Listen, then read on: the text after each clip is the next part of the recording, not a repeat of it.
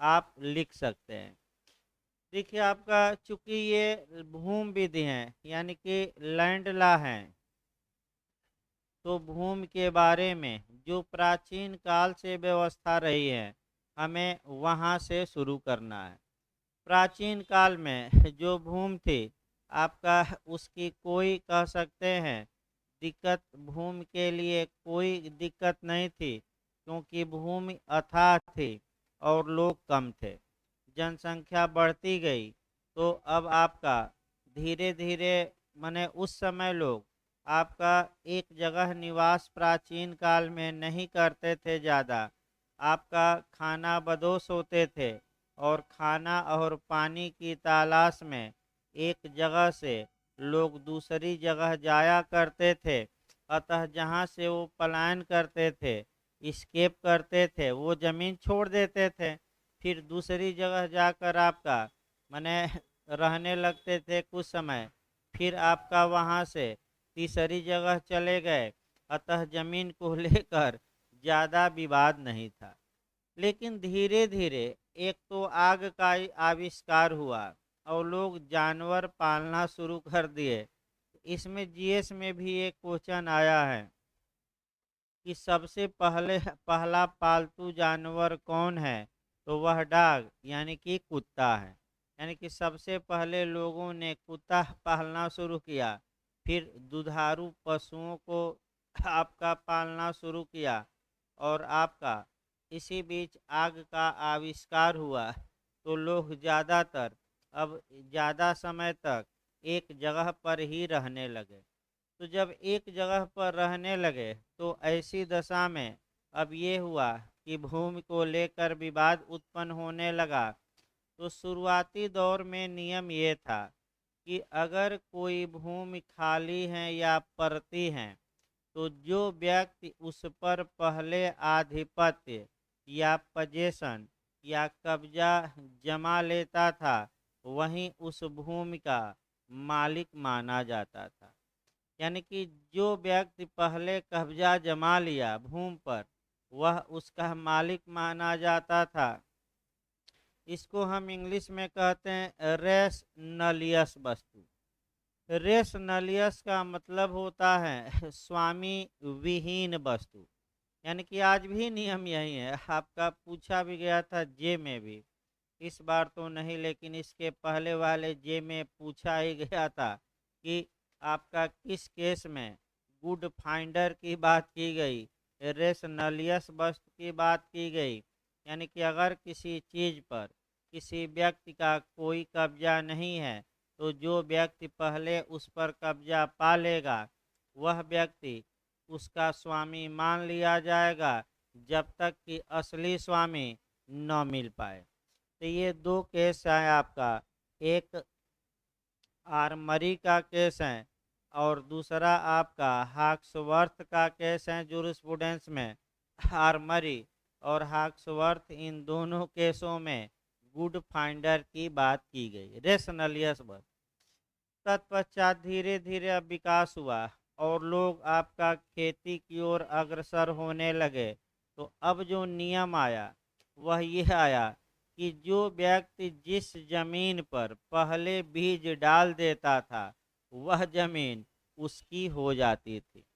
यानी कि इसका मतलब कि जो व्यक्ति पहले जमीन खोद कर बीज डाल देता था वह जमीन क्या हो जाती थी, उसकी। फिर धीरे धीरे आपका और विकास हुआ, राजा महाराजा आ गए। अभी भी ये माना जाता था कि ज़मीन के मालिक किसान हैं। अब जो राजा महाराजा ये सब आ गए, ये सब अब ज़मीन से लगान वसूलने लगे। यानी कि इसका मतलब ये हुआ कि किसान खेती करते थे और उपज का कुछ हिस्सा राजा को ये लोग देते थे लगान के रूप में। अब जहाँ तक आपका राजा को कुछ हिस्सा उपज का लगान के रूप में क्यों दिया जाए, इसके लिए जो प्राचीन विद्वान हैं हिंदू माने हिंदू विद के नारद और इत्यादि, वे लोग ये बताते हैं कि चूंकि राजा भूमि की रक्षा करता है, यानी कि आपका बाहरी आक्रमणकारियों से भूमि की रक्षा करता है, अतः राजा भूमि के उपज का कुछ अंश पाने का क्या है हकदार। तो जहाँ तक सामान्य काल में हिंदू विधि के तहत आपका जो राजा भूमि की उपज का अंश पाता था वह 1/6 होता था। यानी कि अगर 6 किलो अनाज उत्पन्न हुआ भूमि में तो आपका 1 किलो अनाज राजा को दिया जाता था। याद रखिएगा, 1/6। 6 बोरा उत्पन्न हुआ तो 1 बोरा कौन पाता था? राजा। आपातकाल में यानी कि इमरजेंसी काल में ये जो भाग था ये आपका बढ़ जाता था, यानी कि राजा 1/4 भाग पाता था। इसका मतलब कि 4 किलो अनाज उत्पन्न हुआ तो राजा उसमें कितना पाता था? 1 किलो। आपातकाल में चलता रहा मामला, चलता रहा। भारत में अब मुस्लिम काल आ गया। मुस्लिम काल में ये जो हिस्सा है आपका और बढ़ा दिया गया, यानी कि मुस्लिम काल में जो हिंदू काल में 1/6 हिस्सा यानी कि सम्राट को दिया जाता था, तो मुस्लिम काल में 1/3 हिस्सा दिया जाने लगा। यानी कि इसका मतलब ये हुआ कि अगर 3 बोरा गेहूं पैदा हुआ है तो 1 बोरा गेहूं आपका शासक को दिया जाता था और 2 बोरा गेहूं किसान रखता था मुस्लिम काल में।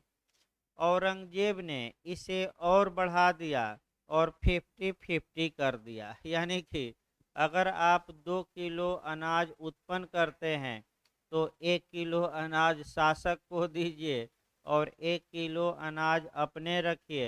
यानी कि 1/2 हिस्सा मालगुजारी के रूप में आपको शासक को देना है और 1/2 हिस्सा अपने पास रखना है।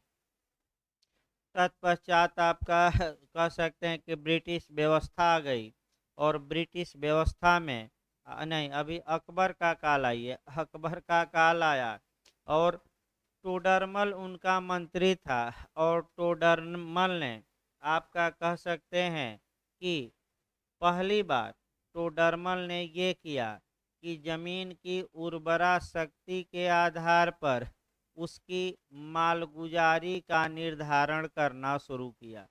यानी कि जिस जमीन से अधिक उपज होगी वहाँ मालगुजारी अधिक ली जाएगी और जो जमीन कम उपजाऊ है वहाँ से मालगुजारी क्या ली जाएगी? कम। मुस्लिमों का शासनकाल चला गया, फिर भारत में अंग्रेज आए। अंग्रेजों में आपका कार्नवालिस आया, आपका वायसराय, और कार्नवालिस ने अस्थाई बंदोबस्त लागू किया। वो थोड़ा हमें समझना है। अस्थाई बंदोबस्त का मतलब क्या हुआ? अस्थाई बंदोबस्त कार्नवालिस ने लागू किया और देखिए क्या किया कार्नवालिस ने कि जो कृषक सीधे सरकार को मालगुजारी देते थे, अब आपका मालगुजारी सीधे न देकर एक बीच में एक वर्ग पैदा कर दिया गया। अंग्रेजों द्वारा एक वर्ग पैदा किया गया, मध्यवर्ती, यानी कि उसको आगे मध्यवर्ती वर्ग पैदा किया गया। अब अंग्रेज करने क्या लगे? अस्थाई बंदोबस्त के तहत देखिए कि एक माने जो मध्यवर्ती होते थे वह जिले को या कई जिले को अंग्रेजों से ले लेते थे और मध्यवर्ती अंग्रेजी सरकार को मालगुजारी देते थे। और मान लीजिए कि पूरे उत्तर प्रदेश का एक व्यक्ति ले लिया कि हम मालगुजारी इसकी हमें दे दीजिए ये एरिया, और अंग्रेजी सरकार से कहा कि हम इसके बदले 1 साल में आपको इतना माल गुजारी देंगे। तो जो ये मध्यवर्ती वर्ग हैं यानी कि जमींदार वर्ग हैं, ये हम कह सकते हैं कि ये अंग्रेजों से आपका अंग्रेजों को मालगुजारी देता था, भू राजस्व देता था और किसानों से लगान वसूलता था। यानी कि जो अब तक जो सिस्टम था किसान और सरकार के बीच में डायरेक्ट रिलेशन था, वह अंग्रेजों ने तोड़ दिया और किसान और अंग्रेजों के बीच एक और वर्ग उत्पन्न हुआ। कौन सा? मध्यवर्ती। अब मध्यवर्ती जो ये वर्ग हैं, ये किसानों का बहुत ज़्यादा शोषण करने लगा। शोषण इस माने में करने लगा कि मनमाने तरीके से किसानों से लगान वसूलने लगा, और अगर कोई किसान लगान नहीं देता था तो उसकी ज़मीनें ये मध्यवर्ती हड़प लेते थे, यानी कि ले लेते थे। इसका परिणाम ये हुआ कि कभी अकाल पड़ गया, कभी सूखा पड़ गया, अनाज उत्पन्न ही नहीं हुआ। तो लगान भाई आपका कहाँ से देगा किसान?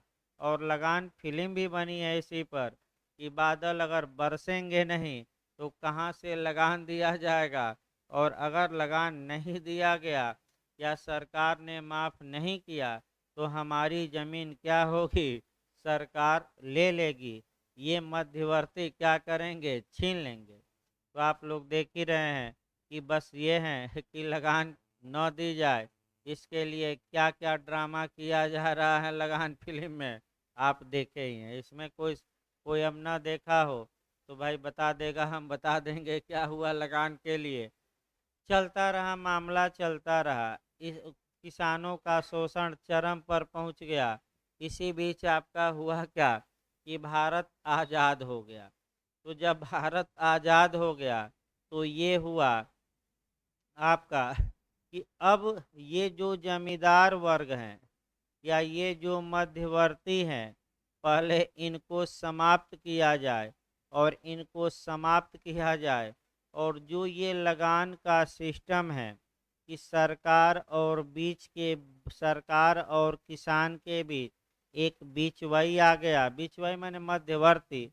इस मध्यवर्ती को अब क्या किया जाए? बाहर किया जाए, ताकि किसान सीधे किसको भू राजस्व दे सकें? गवर्नमेंट को। तो इसके लिए आपका उत्तर प्रदेश में, आपका फिर बताया जाए, उत्तर प्रदेश में आपका एक जो मुख्यमंत्री गोविंद बल्लभ भाई पंत थे, उनकी अध्यक्षता में एक समिति बनाई गई, जमींदारी उन्मूलन समिति। आपका 1946 में बनाई गई। इस समिति को ये कार्य सौंपा गया कि आप एक कानून बनाइए जिसमें किसानों के अधिकारों की रक्षा की जाए और तमाम चीज़ें की जाए। तमाम इस का आपका समिति की बैठक हुई। समिति ने अपनी रिपोर्ट प्रस्तुत की। फिर आपका उत्तर प्रदेश विधानसभा और विधान परिषद ने इस रिपोर्ट को पास किया। तत्पश्चात आपका ये जो विधेयक था, ये राज्यपाल के पास भेजा गया। राज्यपाल ने इस विधेयक पर अनुमति नहीं दी, बल्कि राष्ट्रपति के लिए आरक्षित रख लिया।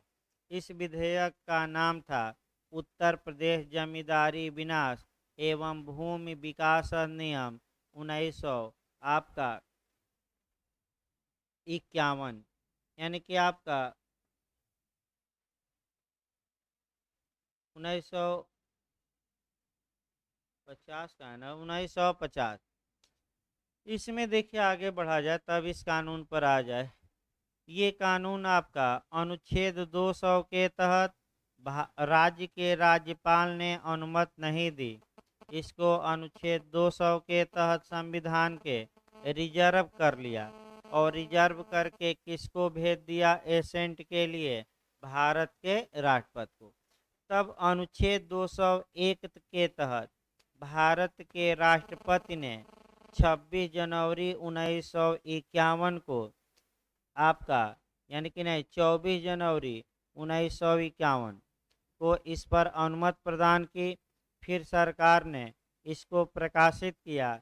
इसी बीच एक और काम हो रहा था, वो इतिहास थोड़ा देखना है आपका। जब राष्ट्रपति इधर आपका विधेयक पास हुआ, राष्ट्रपति ने 24 जनवरी 1951 को साइन भी कर दिया। अब इसी बीच जो ये मध्यवर्ती थे और जमींदार थे, देखिए क्या व्यवस्था थी। व्यवस्था ये की गई आपका कि जो ये मध्यवर्तियों के पास ज़मीनें हैं या जो ये जमींदारों के पास ज़मीनें हैं, कई हज़ार बीघा, दो दो हज़ार, इनको छीना जाएगा, इनको सरकार लेगी, सरकार लेकर ग्राम पंचायत को देगी और ग्राम पंचायत जो गांव में भूमिहीन किसान हैं ये ज़मीनें क्या करेगी, उनको देगी या अपने पास बनाए रखे या भूमिहीनों को दे। अब समस्या देखिए कहाँ आ गई। समस्या आपका संविधान के तहत आई। संविधान निर्माताओं ने जब संविधान बनाया था तो अब दो तीन अनुच्छेदों पर गौर करना पड़ेगा। एक जो अनुच्छेद था अनुच्छेद आपका 19(1)(f), 19(1)(f) जो संपत्ति की स्वतंत्रता की बात करता था। दूसरा अनुच्छेद 31 था मुख्य रूप से, जो ये बताता था कि संपत्ति प्राप्त करना, संपत्ति अर्जित करना, उसको बनाए रखना, ये एक फंडामेंटल राइट होगा, यानी कि मौलिक अधिकार होगा। और राज्य का नीति निर्देशक तत्व आपका अनुच्छेद 38 और इत्यादि अनुच्छेद कहते हैं, सुबह ही बताया गया है डीला में, आपका डिस्ट्रीब्यूटिव जस्टिस, यानी कि एक जगह संपत्ति का संकेंद्रण न हो, ये राज्य क्या करेगा, प्रयास। तो ऐसी कंडीशन में जो ये जमींदार थे, ये मध्यवर्ती थे जिनके पास अथाह भूमि थी, क्योंकि ये किसानों से भूमि क्या किए थे, लगान न देने के कारण छीन लिए थे। तो ऐसी दशा में आपका अब ये समस्या थी कि इनका किया क्या जाए। तो भाई सुप्रीम हाई कोर्ट में ये लोग जीत गए, यानी कि जो जमींदार थे बस अनुच्छेद 31 के आधार पर जीत गए। कुछ जमींदार मध्यवर्ती की संपत्ति का जो अधिकार है, संपत्ति को रखना, प्राप्त करना, अर्जित करना, ये तो मूल अधिकार अनुच्छेद 31 में है। अतः हाई कोर्टों ने जमींदारों के फेवर में निर्णय दे दिया और अब सरकार चली गई सुप्रीम कोर्ट। इसी बीच कुछ मुकदमा चल भी रहे थे। अब समस्या ये आई कि आखिर कि भाई आपका समाजवाद लाना है, तो समाजवाद कैसे लाया जाएगा जब जिनके पास जमीन ज़्यादा है उनकी जमीन छीनी जाए और छीन कर किसको दिया जाए, जिनके पास जमीन क्या है, कम। इसके लिए आपका न बांस रहेगी न बांसुरी बजेगी। आपका यानी कि न बांस रहेगी और न बांसुरी बजेगी। आप प्रयागराज का कांड भी देख सकते हैं कि न बांस रहेगी न बांसुरी, अर्थात इनको निपटा दिया जाए। अब ये तो जेल में ही सड़ेंगे, इससे अच्छा है कि पुलिस को कुछ नामों का उजागर करें, उसके पहले ही क्या कर दिया जाए, निपटा दिया जाए। और जो शूटर हैं पुलिस मार पीट कर एसआईटी पूछ रही हैं, लेकिन उगलेंगे नहीं, वो जानते ही नहीं। मैं कल भी सुबह ही बताया, वो जानते ही नहीं कि कौन आका है। आपका आका का नाम उजागर नहीं होगा। आका अपना काम कर दिया और करने के बाद पर्दे के पीछे हैं, पर्दा उठेगा नहीं और न ही आका पकड़ा जाएगा, क्योंकि आप देख ही रहे हैं कि सब आपका माने आपका लोकल गुंडे हैं। कहा जाता है ना कि इंटरनेशनल नेशनल नहीं है ये जितने मारे हैं सब क्या है, ज़्यादातर लोकल। तो इतना बढ़िया बढ़िया हथियार कहाँ से आ गया, ये सब हाव मैंने कहाँ से आ गया, मोबाइल कहाँ है तुम्हारा, कुछ पता नहीं।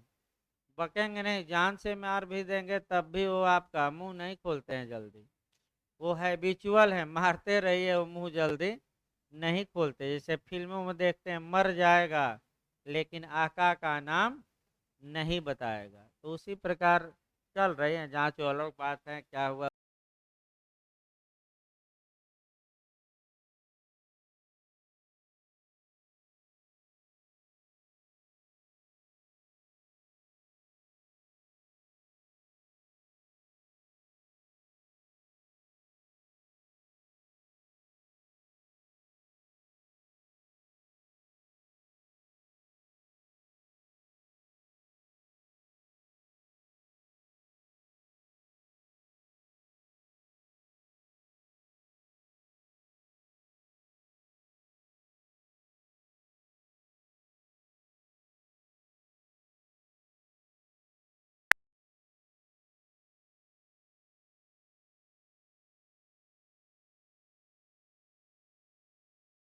जितने भूमि वाले कानून थे वह किस अनुसूची में डाल दिए गए? 9 में। और अनुसूची 9 की ये विशेषता रखी गई कि जो कानून अनुसूची 9 में रख दिए जाएंगे भले वे मूल अधिकारों के विरोधी हो, न्यायालय उनकी वैधता की जांच नहीं कर सकता। तो अब कानून बन गया, संविधान में संशोधन हो गया। जब सब कुछ 1951 में प्रथम संविधान संशोधन हो गया और ये जो यूपीजेडए था, यानी कि उत्तर प्रदेश जमींदारी विनाश एवं भूमि विकास अधिनियम, आपका ये जो कानून था ये 9वीं अनुसूची में रख दिया गया, यानी कि न्यायालय के हस्तक्षेप से क्या कर दिया गया? बाहर। सब कुछ जब ओके हो गया तो 1 जुलाई 1952 से यह कानून आपका लागू किया गया। 1 जुलाई 1952 से पुराना कानून लागू किया गया और जो जमींदारों के अधिकार थे, हित थे, बाग बगीचे थे, जमीनें थी, वो सब स्टेट गवर्नमेंट में भार रहित, मैंने कोई चार्ज नहीं देगी, भार रहित क्या किया गया? ले लिया गया। किसके द्वारा? किसमें वेस्टेड हो गई? तो आप कानून इत्यादि जो है वो राज्य सरकार में वेस्टेड हो गई, यानी कि उसकी मालिक कौन हो गई? राज्य सरकार। ये याद। चलता रहा मामला, चलता रहा। अब थोड़ा नियम चेंज किया जाए। जब ये कानून लागू हुआ तो 14 प्रकार की काश्तकारियाँ थी। 14 प्रकार की काश्तकारियों का मतलब ये हुआ कि 14 प्रकार के ऐसे किसान थे जिनके भूमि पर जो अधिकार थे वह भिन्न भिन्न थे। कोई ऐसा था कि केवल जोता बोता था, कोई ऐसा किसान था जिसे कि आपका केवल कब्जे का अधिकार था, कई किसान ऐसे थे कि आपका कि स्वामित्व भी था उस पर, वह अपनी ज़मीन को बेच भी सकता था। कई किसान ऐसे थे जो स्वामी तो थे, खेती बाड़ी करिए लेकिन किसी व्यक्ति को आप बेच, यानी कि 14 प्रकार के विभिन्न काश्तकारियाँ थी। विभिन्न प्रकार के किसानों के अधिकारों के आधार पर कृषकों को कितने भागों में बांटा गया था? 14। तो जब 1950 में ये कानून बना यूपीजेडएलआर, तो इसमें इस कैटेगरी को कम किया गया और 4 में लाया गया। अब वो 4 आपका 4 में लाया गया। आपका कह सकते हैं, अब उतना बताना संभव नहीं है, थोड़ा आगे बढ़ा जाए। 4 में लाया गया। तत्पश्चात आपका मामला चलता रहा, कानून में संशोधन होता रहा। अब उत्तर प्रदेश आपका सरकार ने ये सोचा कि अब नया कानून बना लिया जाए, ये कानून बहुत पुराना हो गया है। तो ऐसी दशा में अब एक प्रस्ताव लाया गया, शुरू हो गया नया कानून बनाने की प्रक्रिया 2006 से ही, और जाते जाते 2016 में बन पाया। यानी कि नया कानून बनते बनते कितना साल लग गया? 10 साल। यानी कि 10 साल लग गया। और जो नया कानून है वह उत्तर प्रदेश भू राजस्व संहिता 2006 है।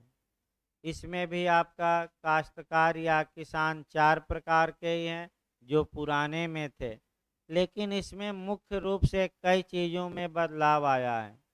एक क्वेश्चन आपका कंसेप्चुअल बन सकता है, देखिए कौन सा। मैंने 2 क्वेश्चन कि उत्तर प्रदेश भू राजस्व संहिता 2006 की प्रमुख विशेषताओं का वर्णन करिए। विशेषताएं मतलब कि इसमें क्या क्या कानून में अच्छाइयाँ दी गई है, पहला। दूसरा एक कंसेप्चुअल क्वेश्चन ये बन सकता है कि पुराने कानून और इस कानून में क्या अंतर हैं, यानी कि क्या क्या सुधार इस कानून के तहत आपका किया गया है। ये कंसेप्चुअल क्वेश्चन बन सकता है।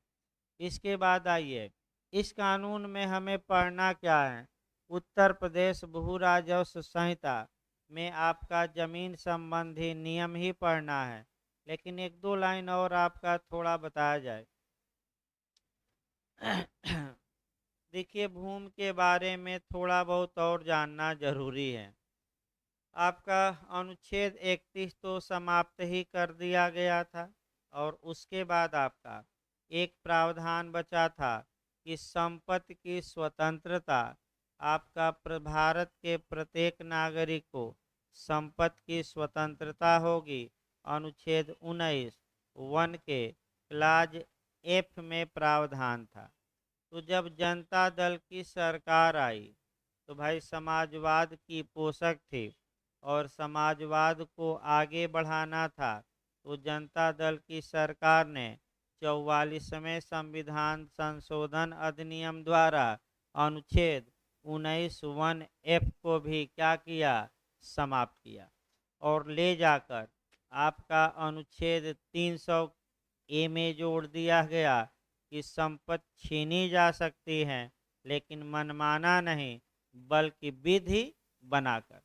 यानी कि इसका मतलब ये हुआ कि वर्तमान समय में किसी भी व्यक्ति की संपत्ति जो है, जमीन जो है, वो सरकार ले सकती है, लेकिन क्या इसके लिए बनाना पड़ेगा आपका कानून। कानून बनाकर संपत्ति को क्या किया जा सकता है, छीना जा सकता है। अब समस्या एक दो और आई कि आपका ये कहा गया कि जब किसी की संपत्ति छीनी जाएगी तो कंपसेशन दिया जाएगा, यानी कि प्रतिकर दिया जाएगा। तो जिसकी जिसकी सरकार संपत्ति लेती थी, आपका पैसा देती थी, लेकिन पैसा कम पड़ता था, यानी कि पैसा आपका कह सकते हैं कि कम उनको लगता था, तो कोर्ट का दरवाज़ा खटखटा देते थे और कहते थे कि कंपसेशन का मतलब ये हुआ कि जितनी हानि उतना मुआवजा। तो हमारी ज़मीन 4 लाख की थी और सरकार 2 लाख देकर झुंझुना थमा दी है, अतः और हमें कितना दिलवाया जाए, 2 लाख। तो सरकार भी कम आपका नहीं है। सरकार ने, यानी कि भारत की संसद ने फिर संविधान में संशोधन किया, प्रतिकर को हटाकर रकम लिख दिया। तो रकम मतलब जितना सरकार दे, यानी कि कंपसेशन नहीं बल्कि क्या लिखा गया, रकम। चलता रहा मामला, चलता रहा। अंग्रेजों ने आपका 1894 में कानून बनाया, और भी कानून बने जिससे कि संपत्ति आपका क्या की जा सकती है, छीनी जा सकती हैं किसानों की। वर्तमान समय में ये है कि अगर कोई किसान की ज़मीन लेती है सरकार, तो उसका जो सरकारी रेट है उसका 4 गुना मुआवजा दिया जाता है। सामान्यतः कितना गुना? तो इसीलिए किसान भी अब विरोध नहीं कर रहे हैं, पहले मुआवजा कम था। यानी कि अगर मान लीजिए कि एक बिस्वा जमीन की सरकारी रेट अगर आपका 4 लाख रुपया किसी इलाके में है, और सरकार ट्रैक बनाने के लिए, रेलवे का अस्पताल बनाने, रोड चौड़ाकरण करने के लिए अगर उनकी ज़मीनें लेती हैं, तो उसका 4 गुना देगी, यानी कि 4 चौका 16 लाख देगी। ये आपका नियम है।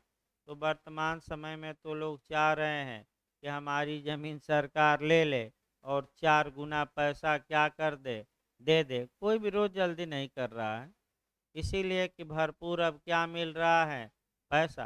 तो पैसा पैसा पैसा। तो आइए आगे चला जाए। अब जो आपका देखिए, भूमि से संबंधित तमाम कानून बिखरे पड़े थे, यानी कि भूमि से संबंधित आपका तमाम कानून उत्तर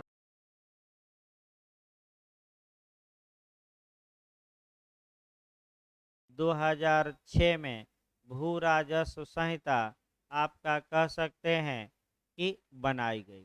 तो इस कानून में मुख्य मुख्य बातें क्या पढ़नी है? एक तो राजस्व परिषद पढ़ना है, राजस्व अधिकारी पढ़ना है, फिर भू राजस्व कैसे लगाया जाएगा, भू राजस्व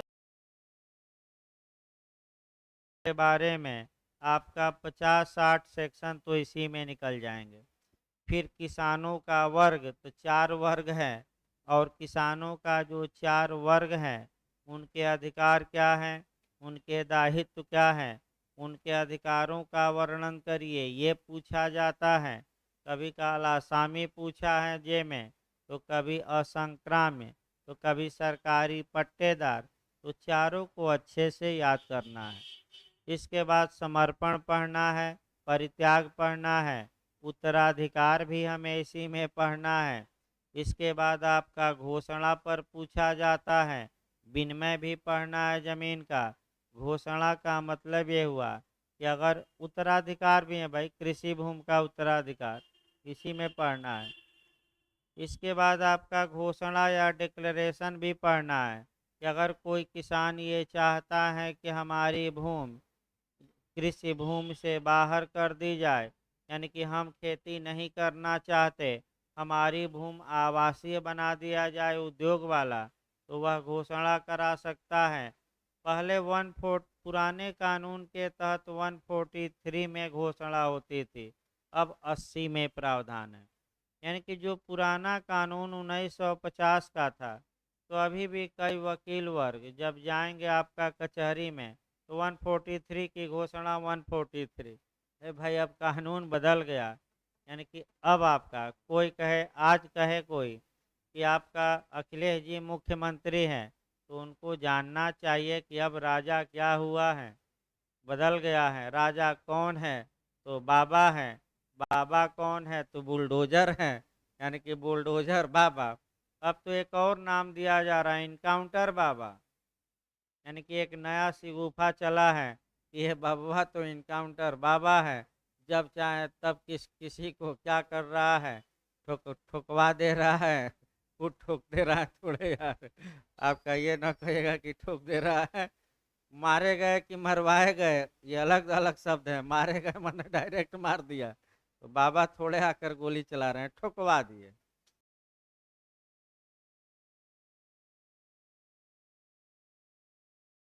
बाद बाबा के चेहरे पर खुशी दिख रही है, यानी कि अंदर अंदर बाबा प्रसन्न है कि जो काम मीडिया कह रही थी कि ये पुलिस करने वाली है, वो काम कौन कर दिया, दूसरा, पुलिस का काम दूसरा ही कर दिया।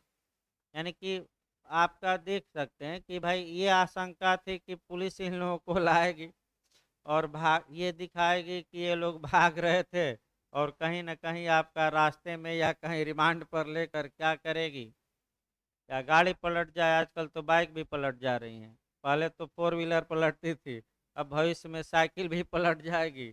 आपका वो अलग बात है, जहाज हवाई जहाज भी पलट सकती हैं। बाबा के राज में कुछ भी हो सकता है, तो अलग बात है, उससे हमें मतलब नहीं है ज़्यादा। लेकिन आपका ये सही बात है कि भाई योगी जी तो खुश हैं कि जो काम पुलिस को करना चाहिए वो काम थर्ड पर्सन कर दिया। मैंने आपका आशंका किसके पर थी, पुलिस पर। देख ही रहे तमाम मीडिया में आ रहा था कि अब इनका इनकाउंटर होगा, गाड़ी पलटेगी। और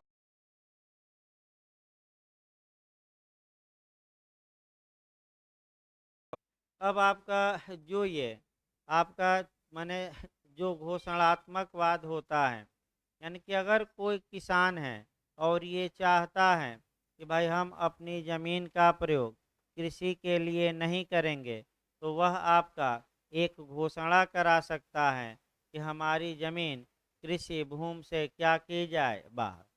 तो घोषणा कैसे कराई जाएगी, उसका प्रभाव क्या होगा। अब आइए आपका आगे बढ़ा जाए, ये तो सामान्य बातें। भाई देखिए अब चूंकि समय नहीं था इसलिए आपका जो सामान्य बातें हैं वह आपका थोड़ा शॉर्टकट में बताई गई। अब आइए आपका वर्तमान समय में, पहले काश्तकार देख लीजिए, काश्तकार मतलब किसान, वहीं चला जाए। इस पर आपका एक क्वेश्चन बना है, वो बनता है आपका आपका एक क्वेश्चन इस पर बनता है आपका कि काश्तकार या खातेदार या किसान, वर्तमान समय में उत्तर प्रदेश में 4 प्रकार के खातेदार हैं। अब हम इतिहास छोड़ दे रहे हैं, थोड़ा इतना पर्याप्त है। एक माइंड मेकअप तो हो गया कि ऐसे ऐसे हुआ। भाई इतिहास जरूरी है जानना। आप डायरेक्ट कह सकते हैं कि नहीं आ सकते कानून पर। तो वर्तमान समय में 4 प्रकार के आपका भूमिधर हैं यूपी में। चारों प्रकार पहले याद रखिएगा। संक्राम्य अधिकार वाला भूमिधर, असंक्राम्य अधिकार वाला भूमिधर आपका, तीसरा आसामी, और चौथा सरकारी पट्टेदार। सरकारी पट्टेदार भी कई बार पूछा है। फिर एक बार देखिए, आपका पहला आपका हो गया संक्राम्य अधिकार वाला भूमिधर, यानी कि इसको बीटीआर कहते हैं। अभी सेक्शन हम बताएंगे, पहले अभी सामान्य बातें जानिए। सेक्शन आज से नहीं, कल से ही शुरू हो पाएगा, क्योंकि एक दिन कम से कम तो सामान्य बातों में लग ही जाता है। क्योंकि भाई 70 नंबर का आएगा, तो एक एक जो छोटी छोटी बातें हैं उस पर भी गौर करके चलना है। अब चारों जो आपका ये किसान हैं या टेनेंट या खातेदार हैं, उनके बारे में थोड़ा थोड़ा आज जानिए। ये भूमिधर विथ माने ट्रांसफरेबल राइट, यानी कि संक्राम्य अधिकार वाला भूमिधर। संक्राम्य का मतलब होता है ट्रांसफर। ट्रांसफर का मतलब अंतरण। अंतरण मतलब हुआ कि आपका अंतरण का मतलब हुआ कि वह ऐसा व्यक्ति जो अपनी संपत्ति को दूसरे को बेच सकता है, दान दे सकता है, पट्टा दे सकता है, बंधक दे सकता है। यानी कि अंतरण मतलब कि एक किसान अपनी जमीन को किसको दे सकता है, दूसरे को, तो उसे हम कहेंगे ट्रांसफर का अधिकार है। तो जो पहला आपका है कि बीटीआर यानी कि भूमिधर विथ ट्रांसफरेबल राइट, ये सबसे बड़ा किसान है। अधिकारों में सर्वोच्च अधिकार इसे है। यह अपनी जमीन में खेती करे और चाहे बेचे, चाहे आपका दान दे दे, आपका इसे सबसे बड़ा अधिकार प्राप्त है। तो आपका सर्वोच्च अधिकार वाला किसान कौन है? तो आपका जवाब रहेगा संक्राम्य अधिकार वाला भूमिधर। अब इसी में आपका तमाम बीच बीच में पूछल्ला पूछ लेता है।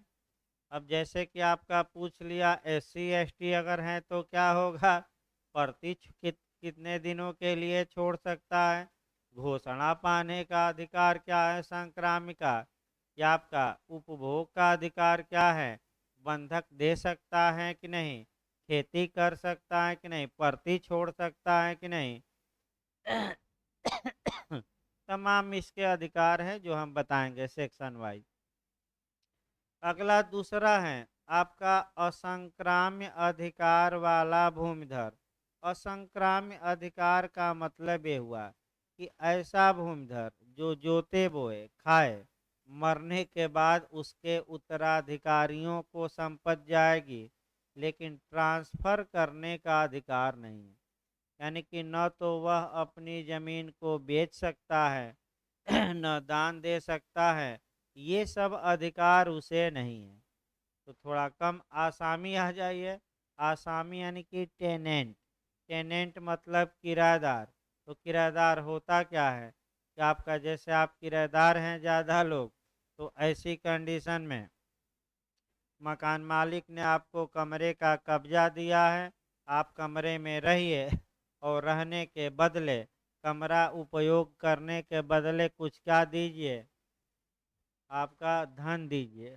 तो भाई किराएदार करता क्या है कि आपका उपभोग के अधिकार का ट्रांसफर किया गया कि आप कब्जा लीजिए, हमारे रूम का उपभोग करिए और बदले में आप क्या दीजिए, आपका माने उसको हम कहते हैं कीमत, कीमत नहीं उसको रेंट, किराया। भाई किराया दीजिए, इसी को हम कहते हैं आपका आसामी।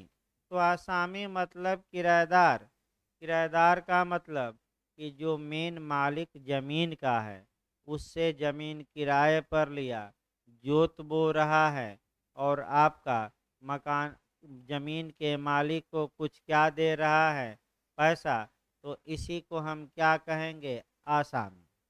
और अंतिम है सरकारी पट्टेदार, गवर्नमेंट लेजी। सरकारी पट्टेदार का मतलब ये हुआ कि कृषि भूमि थी, सरकार की थी, सरकार ने एक व्यक्ति को पट्टे पर दिया। तो पट्टा होता क्या है, आपका टीपीए में अच्छे से आप लोग पढ़ेंगे। पट्टा का मतलब एक व्यक्ति अपना स्वामित्व बनाए रखता है, उपभोग के अधिकार का अंतरण करता है और उसके बदले में क्या लेता है, किराया, या उसके बदले में प्रतिफल लेता है। तो पट्टा प्रतिफल सहित होगा कि प्रतिफल रहित, प्रतिफल सहित। यानी कि सरकारी जमीन थी, किसी व्यक्ति को सरकार ने दिया और मालिक सरकार है, वह आपका पट्टेदार है और वह यूज कर रहा है जमीन का, और उसके एवज में उससे क्या ले रही है सरकार, किराया। यानी कि किराया क्या, वही प्रतिफल। तो इसी को हम क्या कहेंगे, पट्टा। ऐसा पट्टेदार क्या कहलाएगा, सरकारी पट्टेदार। भाई हमने नहीं पट्टा दिया, किसने दिया है। तो तमाम जो ये आप बिल्डिंगें देख रहे हैं प्रयागराज में, मैं बता दूं सिविल लाइन इत्यादि में, हाई कोर्ट के आसपास, वह अंग्रेजों ने पट्टे पर दी थी। और सरकार धीरे धीरे जो पट्टा का अवधि जैसे ही समाप्त हो रहा है, वैसे ही आपका मैं बता दूं, सरकार रेनुअल नहीं करा रही है, बल्कि ज़मीन ले रही है।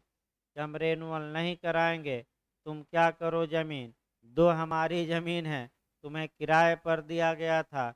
उसी में कुछ लोग हाई कोर्ट सुप्रीम कोर्ट चले गए हैं और आपका कई मैंने कई सालों से बस मुकदमा चल रहा है, वकील साहब डेट पर भाग जाते हैं क्योंकि स्टे हो गया है। आपका जैसे कि आपका जहाँ पहले कोचिंग चलती थी, इधर की जो दुकानें हैं, सबको तोड़ने का आदेश है। बस ये है कि स्टे एक बार हो गया हाई कोर्ट से, नगर निगम ने नोटिस जारी किया, स्टे पर चल रहा है, लेकिन एक न एक दिन दुकानें इधर की क्या होंगी, तोड़ी ही जाएंगी। अब वही है कि आपका कितने दिन आपका स्टे चलेगा, वही देखना है। तो इस प्रकार आपका क्या क्या पढ़ना है, आज ये हमने बताया। अब आपका रेस्ट ले लीजिए, तो आज इजमेंट एक्ट शुरू करना है, क्योंकि भाई ज़्यादा लोग पढ़े नहीं रहते, तो थोड़ा आज इजमेंट एक्ट, लाइसेंस क्या होता है आपका बताया जाए कुछ, और 6-7 क्वेश्चन आप तैयार करके इजमेंट एक्ट से जाएंगे। तो रेस्ट ले लीजिए, तब आपका सुखाधिकार अधिनियम पढ़ाएंगे, आपका नया कानून शुरू किया जाए। इसको कल से आपका देखिए शुरू किया जाए, मैंने कल से क्वेश्चन कौन, भाई क्लास कल रहेगी भाई, बंद नहीं रहेगी। सामान्य बातें आज हो गई, तो कल से आपका